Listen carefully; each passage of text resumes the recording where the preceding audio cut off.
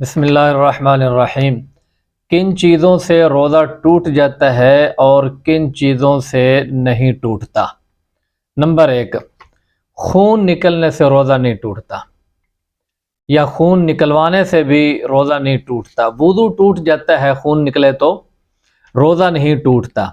اگر خون خود بخود نکل جائے تب بھی، اور اگر آپ نکلواتے ہیں، مثال کے طور پر ڈاکٹر کو آپ اپنا خون چیک کروانے کے لیے سیمپل کے طور پر دیتے ہیں تو اس سے روزہ نہیں ٹوٹتا۔ اسی طرح اگر آپ کسی مریض کو خون دینے کے لیے زیادہ مقدار کے اندر خون نکلواتے ہیں اپنے جسم سے تو بھی روزہ نہیں ٹوٹتا۔ لیکن اس میں تھوڑی سی یہ تفصیل ذہن کے اندر رہنی چاہیے کہ آپ کسی مریض کو خون اس وقت دیں جب آپ کو خود خون لگوانے کی ضرورت نہ پڑے۔ تو آپ سمجھتے ہیں کہ میں صحت کے اندر ہوں، خون میرا نکل بھی جائے تب بھی میں روزہ اپنا پورا کر سکتا ہوں، یا باقی جو روزے رہ گئے ان روزوں کے اندر مجھے کمزوری نہیں ہوگی، میں اپنے مکمل کر لوں گا، تو تب آپ کسی مریض کو خون دے سکتے ہیں۔ یعنی شرعی اعتبار سے تو اس میں کوئی حرج نہیں ہے، لیکن اپنی صحت کا اعتبار کرتے ہوئے خون دینا چاہیے۔ لیکن خون اتنی مقدار کے اندر بھی نکلے تب بھی روزہ نہیں ٹوٹتا۔ اسی طرح خون لگوانے سے بھی روزہ نہیں ٹوٹتا۔ جس آدمی کو خون لگایا جاتا ہے وہ اگر روزے سے ہے تو اس کو بھی خاطر جمع رکھنی چاہیے کہ خون لگوانے سے بھی روزہ نہیں ٹوٹتا۔ اسی طرح انجیکشن لگوانے سے بھی روزہ نہیں ٹوٹتا۔ انجیکشن چاہے آپ بازو کے اندر لگواتے ہیں، گوشت کے اندر لگواتے ہیں، یا رگ اور وین کے اندر لگواتے ہیں، کسی بھی طریقے سے روزہ نہیں ٹوٹتا۔ ڈرپ لگواتے ہیں تب بھی روزہ نہیں ٹوٹتا۔ گلوکوز چڑھاتے ہیں تب بھی روزہ نہیں ٹوٹتا، بشرطے کہ گلوکوز جو ہے وہ کسی ضرورت کے پیش نظر لگایا جائے۔ ویسے جو ہے بغیر ضرورت کے گلوکوز لگوانا یہ مکروہ ہے، روزہ بہرحال نہیں ٹوٹتا۔ اسی طرح سرما لگانے سے روزہ نہیں ٹوٹتا، سرما چاہے میٹھا ہو یا کڑوا ہو۔ آنکھ کے اندر دوا ڈالنا، آنکھ کے اندر دوا ڈالنے کے سلسلے میں جمہور علماء تو یہ کہتے ہیں کہ روزہ نہیں ٹوٹتا، لیکن میرا خیال یہ ہے کہ احتیاط کے اوپر عمل کرنا چاہیے۔ آنکھ کے اندر روزے کی حالت میں دوائی نہیں ڈالنی چاہیے۔ اس کی وجہ یہ ہے کہ آنکھ کے اندر دوائی ڈالی جائے تو ڈائریکٹ اس کا اثر جو ہے وہ حلق کے اندر محسوس ہوتا ہے، زبان کے اندر محسوس ہوتا ہے، بلکہ بسا اوقات تو اس طرح ہوتا ہے کہ دوائی اگر آپ کوئی ایسی لیتے ہیں کلرفل تو اس کا کلر جو ہے وہ تھوک کے اندر بھی آپ کو واضح طور پر نظر آتا ہے۔ تو جمہور علماء نے ایک حدیث ہے جس کی وجہ سے یہ فتویٰ دیا ہے کہ دوائی آنکھوں میں ڈالنے سے روزہ نہیں ٹوٹتا۔ وہ حدیث یہ ہے کہ رسول اللہ صلی اللہ علیہ وسلم کے پاس ایک آدمی آیا، کہنے لگا یا رسول اللہ میری آنکھوں میں کوئی تکلیف ہے تو میں سرما لگا سکتا ہوں؟ تو آپ نے اجازت دی کہ سرما لگا سکتے ہو۔ یہ حدیث ویسے ضعیف ہے، لیکن اس ضعیف حدیث سے استدلال کرتے ہوئے علماء نے جہاں سرما لگانے کی اجازت دی وہاں دوائی لگانے کی بھی، قطرے ڈالنے کی بھی اجازت دے دی۔ حالانکہ دوائی کا اثر جیسے میں نے پہلے عرض کیا حلق کے اندر محسوس ہوتا ہے، زبان کے اندر محسوس ہوتا ہے، تھوک کے اندر نظر بھی آتا ہے، لیکن بہرحال علماء نے اس کے جواز کا فتویٰ دیا ہے، لیکن میرا خیال یہ ہے کہ اس میں احتیاط برتی جائے۔ اب آگے کان کے اندر دوا ڈالنا کیسا ہے؟ کان کے اندر دوائی ڈالنے کے حوالے سے جمہور علماء کہتے ہیں کہ اس سے روزہ ٹوٹ جاتا ہے، حالانکہ کان کے اندر پردہ ہے، کان کے اندر پردہ ہے، اگر آپ کان کے اندر دوائی ڈالتے ہیں تو اس کا ذائقہ آپ کے حلق میں کبھی بھی محسوس نہیں ہوتا۔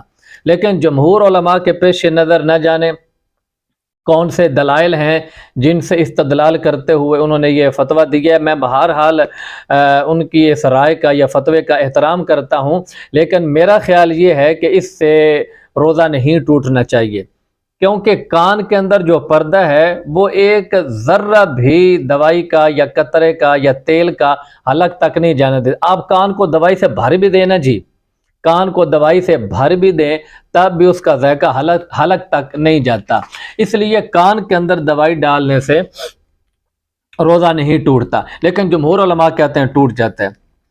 واللہ اعلم بالصواب۔ ٹوتھ پیسٹ استعمال کرنا کیسا ہے؟ ٹوتھ پیسٹ جو ہے روزے کی حالت میں استعمال کرنا جائز تو ہے، لیکن کراہت سے خالی نہیں ہے۔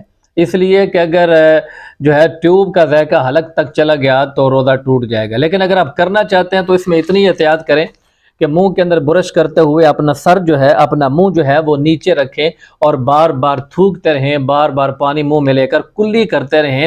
احتیاط کریں کہ پانی یا ٹیوب کا ذائقہ حلق تک نہ پہنچ جائے۔ ویسے اگر آپ روزے کی حالت میں خشک بغیر ٹیوب کے برش کریں تب تو ٹھیک ہے، لیکن اگر ٹیوب لگا کر منجن کے ساتھ آپ نے دانتوں کو صاف کرنا ہے تو اس میں اتنی احتیاط کریں کہ منہ نیچے کر کے برش کریں اور بار بار جو ہے پانی کے ساتھ منہ کو صاف کرتے رہیں، کلی کرتے رہیں، تاکہ جو ہے وہ ذائقہ ٹیوب کا وہ حلق تک نہ پہنچے۔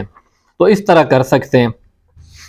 اچھا جی، کوئی چیز آپ نے زبان سے چکھی، جس طرح عورتوں کو ہانڈی کا نمک اور مرچ چکھنے کی بسا اوقات ضرورت پڑ جاتی ہے، تو زبان کے اوپر رکھ کر اس کو پھر تھوک دینا، اس کی تو اجازت ہے، لیکن یہ اس وقت تک ہے جب اس کا ذائقہ حلق تک نہ پہنچ جائے، اس وقت تک اجازت ہے۔ لیکن اگر حلق تک ذائقہ پہنچنے کا خطرہ ہے تو پھر کسی بھی چیز کو چکھنا جائز نہیں ہے۔ زبان کے اوپر رکھ کے چکھ کے تھوک دیں تو اس سے روزہ نہیں ٹوٹتا، لیکن بہرحال احتیاط اس کے اندر بھی کرنی چاہیے۔ تھوک نگلنے سے روزہ نہیں ٹوٹتا۔ حلق خشک ہو گیا، میرا بھی خشک ہو رہا ہے، تو جو ہے وہ تھوک بار بار حلق سے نیچے لے جائی جاتی ہے، تو اس سے روزہ متاثر نہیں ہوتا۔ ہاں، تھوک کو اپنے منہ کے اندر جمع کر کے بڑی مقدار کے اندر ایک دم نگلنا یہ مکروہ ہے، ایسا نہیں کرنا چاہیے۔ بھاپ لینے سے روزہ ٹوٹ جاتا ہے۔ بھاپ کا ظاہر اثر جو ہے ایک تو قصدن لی جاتی ہے، اور دوسرے نمبر پر اس کا جو اثر ہے وہ حلق اور سینے تک پہنچ جاتا ہے، تو اس سے روزہ ٹوٹ جاتا ہے۔ مسوڑوں سے نکلنے والے خون سے، اگر مسوڑوں سے خون نکلتا ہے اور آپ اس کو بار بار تھوک دیتے ہیں تو اس سے روزہ نہیں ٹوٹتا ہے، لیکن حلق میں چلا جائے تو پھر روزہ ٹوٹ جائے گا۔ احتلام ہو جائے تو اس سے روزہ نہیں ٹوٹتا ہے۔ غیر اختیاری فعل ہے، انسان کو پتہ نہیں چلتا، انسان پر غسل فرض ہو جاتا ہے تو اس سے روزہ نہیں ٹوٹتا۔ اسی طرح سینگی لگوانے سے، پچھنے لگوانے سے بھی روزہ نہیں ٹوٹتا۔ الٹی کرنے سے بھی روزہ نہیں ٹوٹتا۔ الٹی چاہے منہ بھر کر آ گئی ہے آپ کو یا تھوڑی تھوڑی مقدار میں بار بار آ رہی ہے، بہرحال روزہ نہیں ٹوٹتا۔ ان تین چیزوں کو رسول اللہ صلی اللہ علیہ وسلم نے ایک ہی حدیث کے اندر بیان فرمایا کہ آپ نے فرمایا کہ یہ تین چیزیں روزے کو نہیں توڑتی۔ نمبر 1 احتلام، نمبر 2 سینگی، اور نمبر 3 الٹی۔ یہ تین چیزیں جو ہیں وہ روزے کو متاثر نہیں کرتی۔ حلق کے اندر مچھر چلا جائے یا مکھی چلی جائے تو اس سے روزہ نہیں ٹوٹتا۔ آپ امام صاحب ہیں، امامت کروا رہے ہیں، تو قرات کے دوران مچھر چلا گیا یا مکھی چلی گئی، یا ویسے گفتگو کے دوران کوئی مکھی مچھر حلق کے اندر چلا گیا تو غیر اختیاری عمل ہے، اس سے روزہ نہیں ٹوٹتا۔